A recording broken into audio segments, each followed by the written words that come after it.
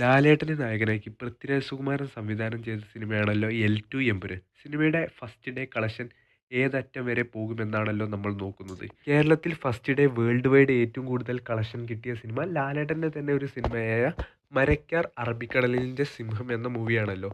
അന്ന് ഏകദേശം 20 കോടിയോളം രൂപയാണ് cinema first day world wide collection നേടിയത്.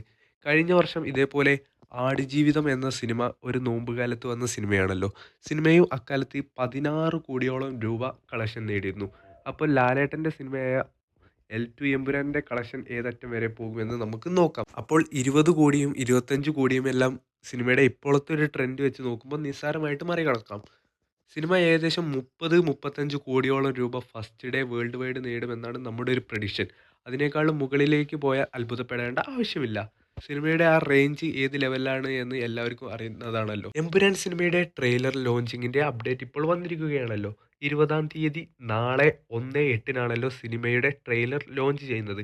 മുംബൈയിലാണ് ട്രെയിലർ ലോഞ്ച് ചെയ്യുന്നത്. മുംബൈയിൽ ഏകദേശം 12 മണിക്കായിരിക്കും സിനിമയുടെ ട്രെയിലർ ലോഞ്ച് ആരംഭിക്കുക. ലാലേട്ടൻ, പൃഥ്വിരാജ്, ബോളിവുഡിലെ പ്രമുഖരെയെല്ലാം ഈ ട്രെയിലർ ലോഞ്ചിൽ വിശിഷ്ടാതിഥികളായിട്ട് ക്ഷണിച്ചിട്ടുണ്ട്. നാളെ ഉച്ചയ്ക്ക് അറിയാം ആരൊക്കെ വരുമെന്ന്.